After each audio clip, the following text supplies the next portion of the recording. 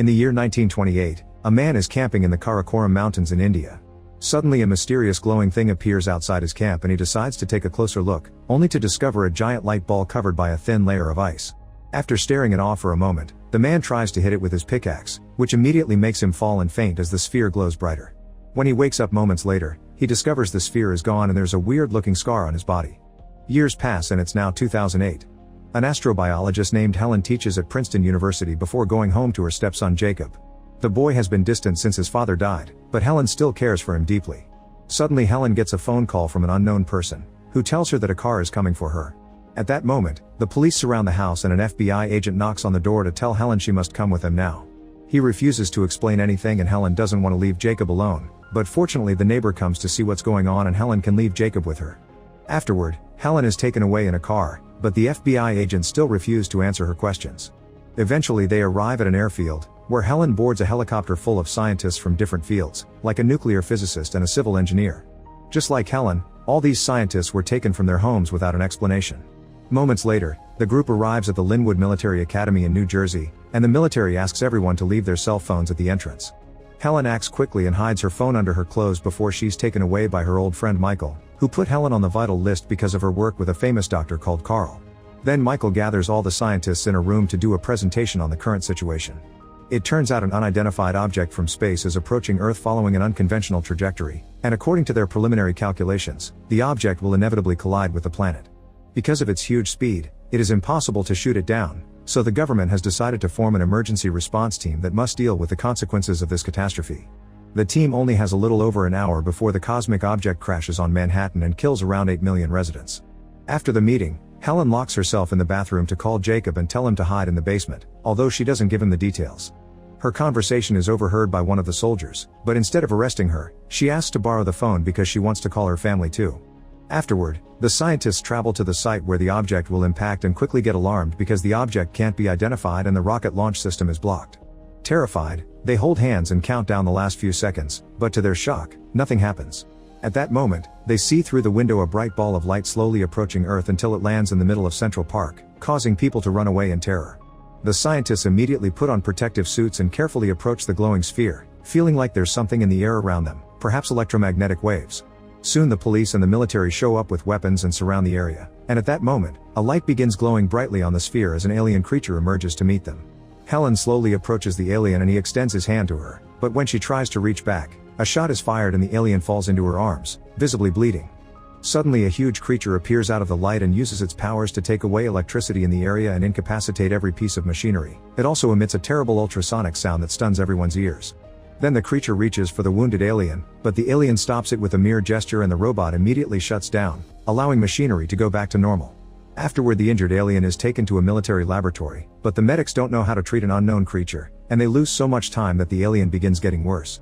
Helen advises them to bring in a surgeon to at least remove the bullet and they do exactly that. The surgeon makes an incision and removes the bullet easily, but he's also surprised at how similar to humans the alien is inside. He also notices that the gray skin-like tissue is cracking and separating from the alien's body, so he proceeds to remove the entire layer. To everyone's shock, the remaining creature looks very human. Next, the alien is put in a special protective capsule where his condition is monitored. Helen notices he's dreaming, and at that moment the alien wakes up, immediately panicking when he sees the capsule. With a friendly voice, Helen talks to him and tells him there's no danger, and the alien calms down while it's revealed he looks exactly like the mountaineer from 1928. For now he doesn't answer questions, he only repeats Helen's words. Meanwhile humanity is going through chaos and panic. Stock exchanges are closing, and New York citizens are being prepared for urgent evacuation. People around the world are also fleeing population centers on their own, fearing an alien invasion. While the president and vice president hide in a shelter, the Secretary of Defense Regina holds an emergency meeting and learns that the aliens have managed to hack into one of the spy satellites, so now they have all the classified information about national defenses. To make matters worse, more of these glowing spheres are landing all around the world. Arriving at the lab, Regina listens to the scientists' report. Flesh samples taken from the alien show the presence of DNA from 3 different life forms. The creature's body tissues are human, and the gray flesh shell is organic, which is a kind of protective suit of placenta. It seems the aliens had previously visited Earth and obtained a sample of human DNA, explaining the mountaineer's scar and why the alien could take a human form. Afterward, the group visits the alien, who is speaking perfect English and asks for water. His hand trembles as he brings the glass to his mouth, and he explains that it will take time for him to get used to this body. Regina tries to interrogate the alien, but her questions are ignored. Then Helen asks him to tell her about himself, so the alien introduces himself as Klaatu and says that he is a representative of a group of civilizations. He asks for a special meeting with the UN so he can talk to all the world leaders, but Regina refuses. Seeing as Klaatu won't offer any more details, Regina orders for him to be injected with truth serum and sent to a safer location for interrogation. The scientists believe that Klaatu is the most important discovery in human history and don't want to hand him over to the Secret Service, but Regina thinks this alien is a great danger to humanity and that falls under the jurisdiction of the Secretary of Defense. Michael and Regina get into an argument only to be interrupted by Helen, who assures them that she will personally inject the alien and perform all the necessary tests. Then Helen is given a vial of truth serum, but she sneaks into the pharmacy and secretly takes a vial of regular saline too. Meanwhile, Regina tells Klaatu that he'll be transferred to a more secure location, and when Klaatu says he intends to leave, Regina informs him she won't let him because he has illegally invaded this planet and his huge robot has attacked the military. Klaatu points out that the biorobot is only activated in the presence of violence, but Regina ignores that detail and orders Helen to administer the injection. Helen gives him the saline instead of the serum as she whispers to him that he must run. Afterward, Helen is immediately taken away and Klaatu is tied to a chair before he's taken to a room with a lie detector, where an agent asks him a series of control questions and monitors his readings on a monitor. Klaatu only offers a few vague answers before he uses his power to reprogram the lie detector and electrocute the agent. Then Klaatu takes control of the man's mind and asks him how to get out of the military base. He also orders him to give him the suit. Next, Klaatu uses his powers to take control of the security cameras and learns the location of all the guards so he can stun them all with ultrasound. An alarm goes off, but as everyone panics and runs around, Klaatu leaves the building quietly. In the middle of the chaos, Helen steals a sample of the alien's flesh, and Regina orders the use of all available resources to capture the fugitive. Eventually Klaatu arrives at the train station, where there is also complete chaos because of all the cancelled departures. Because his body is part human, Klaatu feels hunger, so he uses his powers to get a free sandwich from a vending machine while a kid watches in awe. Klaatu uses this chance to watch how society behaves, noticing how aggressive everyone is getting over having to wait. Suddenly he becomes ill and rushes to the bathroom, where he notices that he's bleeding and promptly passes out. Seconds later, Helen gets a call at her house telling her a patient is asking for her at the station. Realizing that it must be the alien, Helen immediately drives to the station and picks him up. Then she takes Klaatu to her car, where he meets Jacob, who is behaving rather rudely. Klaatu asks Helen to give him a sample of the gray tissue that was removed from him, and he uses it to dab it on his wound, instantly healing it. Meanwhile, the American military attempts to attack the biorobot, which detects the approaching danger and immediately activates. Thanks to its powers, it's easy for it to gain control of all military equipment and destroys it in seconds. All attempts to attack the alien fail, leaving the military leaders without knowing what to do. Back to Helen, she drives down a specific route that Klaatu asks her to follow. Jacob notices all the cars trying to leave the city and expresses his hate for aliens, saying they should be destroyed and that his father would have fought them if he had been alive. Eventually the trio arrives at their destination, and while Jacob goes to the bathroom, Klaatu asks Helen about his family. It turns out that the boy's father was a military engineer and his mother passed away in childbirth. Helen married Jacob's father, but he also died and now Jacob is under her care. Next, the trio enters a fast food restaurant and Klaatu meets with Mr. Wu, who is also an alien that took a human form and was sent to Earth 70 years ago to study humanity. Mr. Wu explains he's found humans to be destructive, stubborn, and unwilling to change, and Klaatu agrees, so he tells Mr. Wu to leave because he'll proceed with the operation. However, Mr. Wu intends to stay on Earth because during his research, he saw the bad but also the good, and now he has a family of his own so he wants to spend his last moments with them. In the meantime, the military installs super strong protective panels around the inactive giant biorobot, hoping this way they can block its powers. Their emergency hotline is drowning with hundreds of calls from people who have seen Klaatu, so the alien is officially presented as a fugitive criminal. Back to the trio, they are now heading for New Jersey. When they arrived in the woods, Klaatu asks to stop the car and leaves, so Helen tells Jacob to wait while she follows him. As she enters the woods, a swarm of weird insects flies past her, and she follows them to a lake where Klaatu is looking at the water. Suddenly another glowing orb emerges from the lake and Klaatu initiates the emergence protocol, which activates every single alien sphere that has landed all over the planet. A shocked Helen returns to the car, and Jacob can sense something wrong. He fears that Helen will marry Klaatu and he'll take his father's place, but he doesn't hear Helen when she denies it and he runs into the woods. Helen follows him and suddenly they notice a bright beam of light among the trees. It is the glowing sphere, which now is leaving the planet together with all the others. The only sphere that remains on Earth is the one in which Klaatu arrived. Speaking of Klaatu, he returns from the forest and tells Helen to take him back to the city, but Helen refuses to help him until she gets an explanation. Claudia tells her that mankind is destroying the Earth, and since there aren't many planets in the universe where complex biological organisms can live, Claudia has come to save Earth from the humans, believing that the planet can be reborn if all the human infestation is removed. Helen is appalled and tries to convince Claudia that humans can change so they should get another chance, but Claudia doesn't believe her because they've been watching humanity for years and change never came. Now the situation has reached a tipping point. Besides, the process has already begun and nothing can be changed.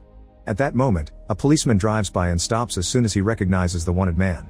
He pulls a gun out and tells them to surrender, causing Jacob to ask Claudia not to hurt the cop. However, Claudia says that his pain will be short, and with a flick of his hand, he pushes Helen's car at the policeman, crushing him. Jacob freaks out, but Claudia quickly connects his powers to the car and revives the cop using the vehicle's energy as a defibrillator. Claudia explains that he didn't intend to harm the guy, he just wanted to remove a temporary obstacle. Helen is still convinced that Claudia can stop everything if he wants to, so she proposes to take Claudia to a man who will change his mind. Meanwhile, the secret services are researching the various spheres that left Earth. Through video footage, they discover the glowing orbs are transporting many kinds of Earth creatures away into space. Regina realizes the spheres are arcs like Noah's, meaning a flood is coming soon. While the military places the biorobot in a silo deep underground, riots begin to break out all over the planet and looting increases. Back to Helen, she brings Claudia to see Carl, a Nobel Prize-winning scientist she's worked with. When Claudia finds a formula on a board, he decides to correct it, and Carl quickly joins him to solve the unfinished problem together. This allows Carl to guess Claudia is the wanted alien. In another room, Jacob watches TV and sees the hotline number to call in case anyone has seen Claudia. In the living room, Carl wonders how Claudia's civilization managed to survive, and Claudia explains that their sun began to die out and they had to evolve to survive. Carl points out that was a case of change coming when a being is on the brink of extinction, and since humans are at that point now, they should be given some more time. This gives Claudia a lot to think about, but their chat is suddenly interrupted by the appearance of Air Force helicopters. Claudia, Helen, and Jacob leave Carl's house in a hurry, and on their way out, Carl tells Helene to change the alien's mind not by argument, but by action. The trio tries to hide from the military in the woods, but Jacob steps out into an open clearing to begin shouting and waving his arms to attract the attention of the helicopters, before confessing to Helen that he called them because that's what his father would have done. A devastated Helen tries to remind him that his father is no longer around, but this only makes the boy cry. Suddenly one of the helicopters captures Helen and immediately flies away. The other two helicopters spot Claudia and prepare to open fire, but Claudia uses his powers to stun the pilots and make the helicopters crash into each other. A terrified Jacob runs into the woods to escape, however Claudia quickly catches up to him and saves him just in time from falling into the river. Then Claudia convinces the kid to follow him. Moments later, Helen meets with Regina and asks her to let her go, explaining that Claudia listens to her and only she can stop him, but Regina refuses. Meanwhile, the special forces are experimenting on the giant biorobot at the military base. They try to pierce its armor, only for the diamond drill to break. While the technician grabs another one, inside the cracks of the broken drill there are weird insects multiplying at an insane rate and eating the drill. Suddenly the giant robot begins to disintegrate into tiny little particles, which turn out to be bug-like nanorobots that instantly begin devouring everything around them. As the windows crack, some of the men want to escape, but the base has been sealed and now they can only wait. Soon everyone is turned to dust as the base is completely destroyed. The military reports back to Regina about the situation, explaining that the nanorobots are impossible to destroy. The missiles launched at them only increase the number of the alien bugs, and now that they've broken out, they have formed a huge cloud that moves in all directions and destroys everything in its path. Even a huge stadium turns to dust in seconds when the bugs reach it. Finally realizing there's nothing they can do, Regina releases Helen so she can talk to Claudia, and Michael will be going with her. In the forest, Claudia brings Jacob to a woodsman's cabin and lets him call Helen's cell phone. Once they've agreed on a safe place to meet, Jacob and Claudia start making their way out, and Jacob admits that he no longer wants Claudia dead. This makes Claudia question his beliefs about the nature of humanity. Moments later, they arrive at the cemetery where Jacob's father is buried, and he desperately asks Claudia to use his resurrecting power as he did earlier with the patrolman. However, Claudia's powers have a limit and there's nothing he can do for a rotten body. Furious, Jacob tells Claudia to leave, but at that moment Helen shows up and runs to the boy to hug him tightly, trying to comfort him. Jacob finally comes to terms with his father's death, and he and Helen apologize to each other for their recent behavior, agreeing to be a proper family from now on. Seeing such an emotional moment convinces Claudia that humanity has a positive side and that humans deserve another chance. To do so, they need to change themselves and their way of life, and when Helen promises they will, Claudia watches the nanorobots and says he'll try to stop them. The cloud of nanorobots is quickly taking over New York City and eating up everything in their path, no matter if it's people, buildings, or vehicles. Regina talks to the President of the United States, explaining they're trying to solve this through peaceful negotiations. However, the President is desperate and orders her to resume military action. Helen, Jacob, Klaatu, and Michael rush back to New York where the remaining sphere is. All streets are empty except for the military blocking the roads, but Klaatu makes Michael drive right through them. At first the soldiers begin chasing them, but soon they receive orders to stay back. Seconds later, the group makes it to Central Park and is surprised to see all the military and scientists are gone. At that moment, the Air Force begins bombing the area like the president wanted, causing the car to flip and crash while a huge fire begins engulfing the park. Unfortunately Michael dies, but the others are okay. The nanorobots arrive at the area and begin cracking up the car, so Klaatu takes Jacob and Helen out, intending to reach the sphere. However, the bug cloud is already surrounding the globe and covering the sky, so the trio has to run to hide under a bridge. Suddenly Jacob's nose begins bleeding and he passes out as Helen's nose begins bleeding as well. Klaatu explains they're dying because the bugs are slowly eating them from inside, so Helen begs for his help. The alien grabs their hands and uses his powers to make the bugs come out, absorbing them into his own body instead. While Jacob wakes up, Klaatu confirms Carl was right, humans are capable of change when on the edge of the abyss. After giving the family a goodbye look, Klaatu steps outside and slowly forces his way through the cloud of nanorobots until he reaches the sphere. Then he touches the glowing orb, which results in his body disintegrating but also the destruction of all the nanobots. As the dead bugs fall all over the planet, all technology also goes out of commission and cities are plunged into darkness, which is the price humanity must pay for what they've done to Earth. Helen and Jacob come out to watch the glowing sphere leave their planet, and Jacob implies that Klaatu's essence is still inside. Make sure to subscribe and turn on notifications so you can watch more videos like this. Thanks for watching.